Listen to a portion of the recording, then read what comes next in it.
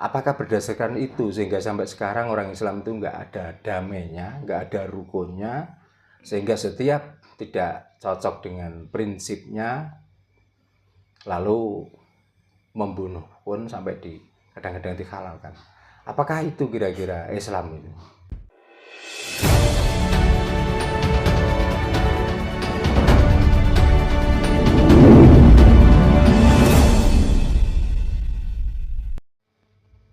Sugeng dalu Pak Darno Rahayu. Yes, sugeng dalu Rahayu.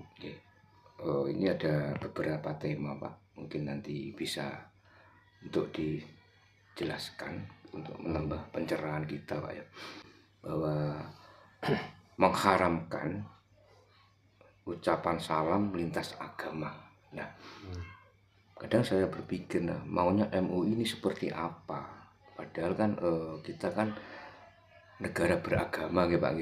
Kok seolah-olah MUI ini mendiskreditkan agama yang non muslim sampai mengharamkan salam lintas agama. Nah, saya pengen Pak Darno selaku salah satu seorang spiritual juga gitu, terus orang muslim juga Pak Darno, terkait dengan fatwa MUI yang mengharamkan salam lintas agama itu, bagaimana tanggapan Pak Darno? Monggo.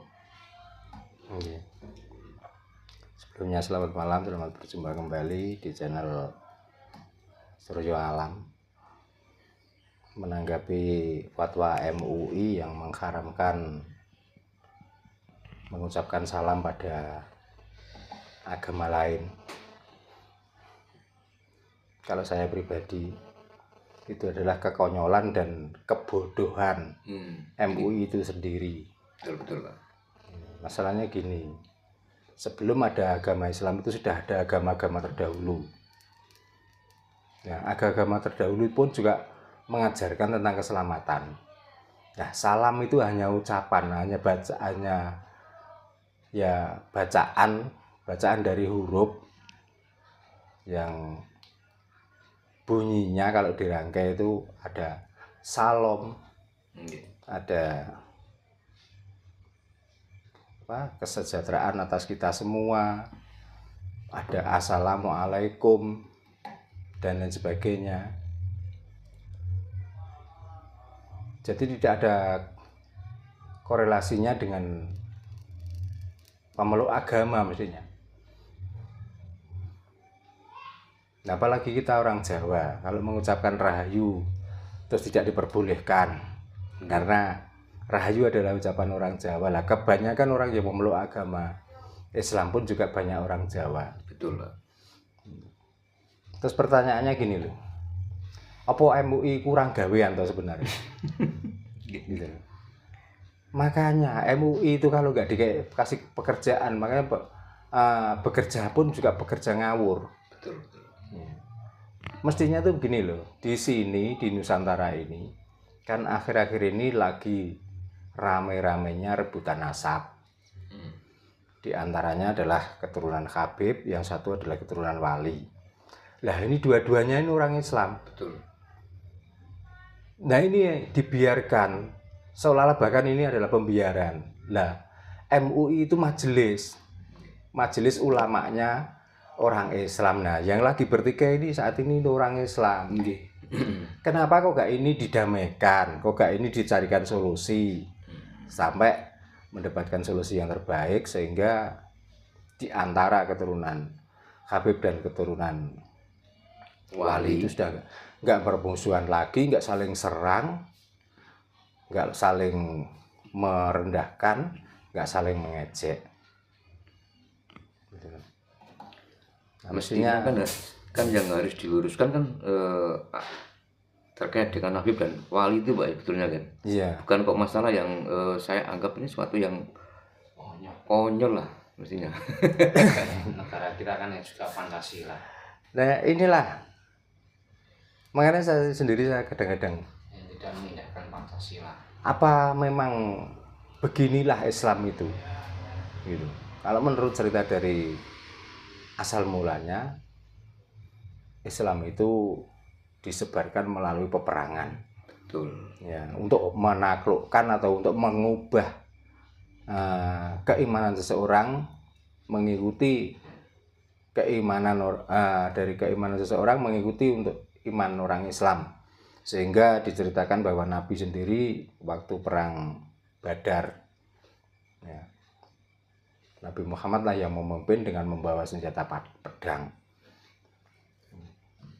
Apakah berdasarkan itu sehingga sampai sekarang orang Islam itu nggak ada damainya, nggak ada rukunnya, sehingga setiap tidak cocok dengan prinsipnya lalu membunuh pun sampai kadang-kadang dihalalkan. Apakah itu kira-kira Islam itu?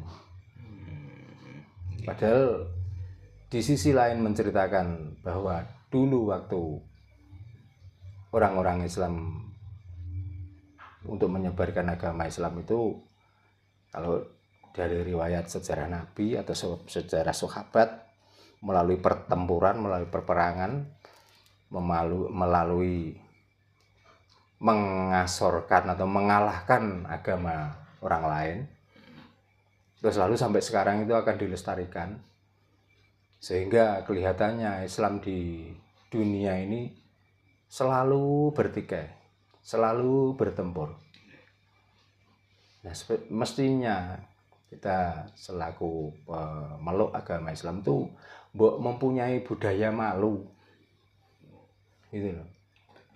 Masa lalu biarlah masa lalu, lah masa sekarang itu sudah mestinya sudah nggak harus ada perebutan tentang akidah, apalagi sekarang zaman milenial.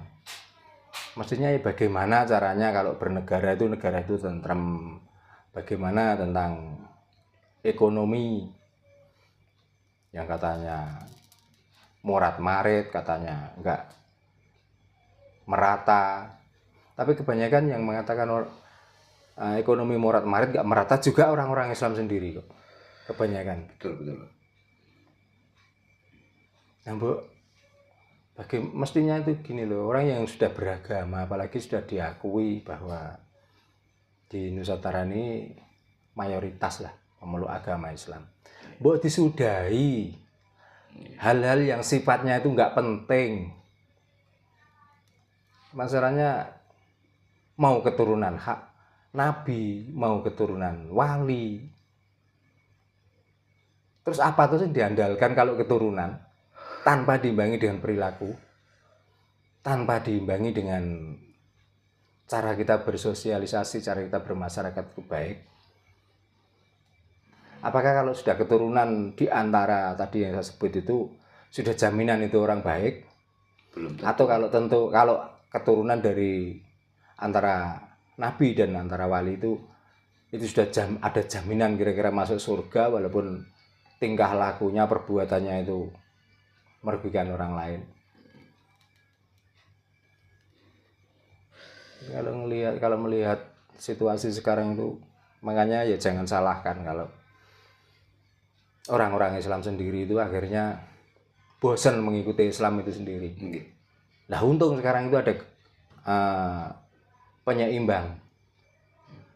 Dengan munculnya Kabudayaan Jawa itu akhirnya rasanya kok kita tuh lebih damai dengan mengikuti Kabudayaan Jawa daripada mengikuti agama. Kelihatannya begitu. Seperti konflik yang ada di Palestina sama Israel, Pak.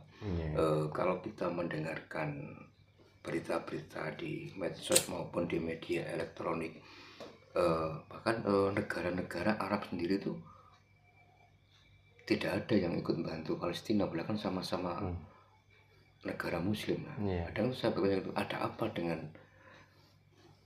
negara-negara Arab di sana kok sampai orang-orang Arab ini tidak mau membantu dengan Palestina gitu, Palestina yang beragama Islam. Okay. Kalau menurut cerita dari zaman dulu, sebenarnya orang Arab itu juga bukan orang beragama Islam kok. Sebenarnya Islam di Arab itu juga Islam paksaan. Jadi orang yang sudah beragama lalu di situ diserang, dipaksa, kalau nggak mau mengikuti agama Islam juga terbunuh kok. Sama seperti itu, Pak. Otomatis keluarga mereka yang waktu dulu sudah beragama akhirnya dikalahkan dengan agama Islam itu, yang terbunuh, yang disiksa dan lain sebagainya. Mungkin anak keturunan juga sampai sekarang masih mengingat loh orang-orang tuanya yang jadi korban waktu itu. Kita nggak usah kilas balik ke agama. Waktu zaman PKI di Nusantara ini, di sini bukan orang PKI yang terbunuh, tapi orang-orang yang korban tertuduh PKI itu juga banyak. Nggih, Pak. Karena waktu itu masih waktu zaman nang de asu gede menang kerai, maka orang itu bebas untuk menuduh orang, bebas untuk memutarbalikkan fakta. Bahasanya orang Jawa itu dandang dia darani kontol darani dandang. Bahkan sampai sekarang orang-orang anak-anak keturunan dari orang yang waktu itu menjadi korban tuduhan PKI dan lain sebagainya, apakah kira-kira anak keturunannya bisa mengikhlaskan? Kan enggak toh, tetap waktu dulu keluargaku sebenarnya bukan orang PKI, tapi dituduh PKI. Itu banyak yang salah sasaran. Nah, makanya sehingga sampai sekarang kalau Indonesia itu begini-begini, ya masih menyalahkan.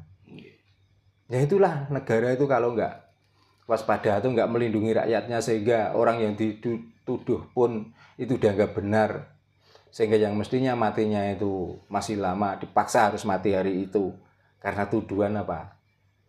Kan cuman tuduhan status. Nah, agama pun juga begitu mungkin.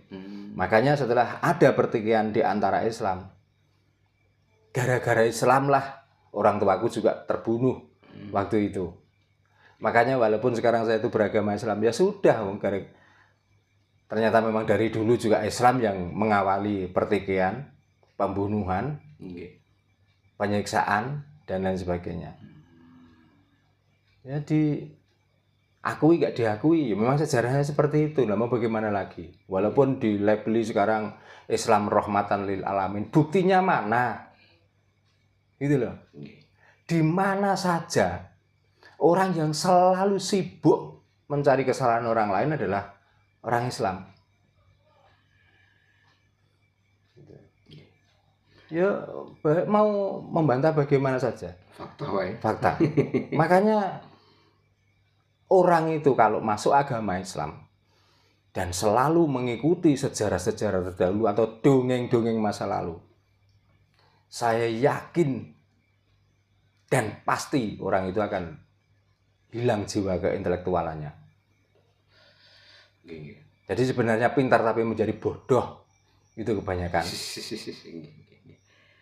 Udah mau nggak terima ya boleh, nggak terima aja kok. Tapi kenyataannya seperti itu. Nah, gimana kita sebenarnya yang tidak terlalu mengikuti agama, kita sudah memikirkan bagaimana perkembangan Indonesia ini supaya maju dan lain sebagainya. Nah, orang yang terlalu kental mengikuti ajaran itu selalu membaca sejarah-sejarah masa lalu, cerita-cerita masa lalu, dongeng-dongeng masa lalu. Ini terus diajarkan, diberitakan. Tiap hari sibuk untuk menyampaikan cerita-cerita itu, berita-berita itu. Bahkan anak-anak kecil yang sebenarnya belum pantas menerima ajaran itu mulai dicekoki dengan ajaran itu, mulai dipaksa-paksa harus mengikuti cerita masa lalu itu yang belum tentu kebenarannya. Masalahnya orang yang menceritakan ini juga belum tahu kebenaran itu bagaimana. Sama sekali. Ya, tapi kan dia itu kayak penyambung lidah ya dari orang-orang yang mengajarkan agama itu. Makanya sampai tata krama, ya, sopan santun, anda pasar jarang dikerjakan oleh orang-orang yang dianggap beragama itu. Kalau ada pun satu atau dua, awal-awalnya bisa menjadi panutan, tapi setelah viral, setelah terkenal juga jomplang, gak karu-karuan.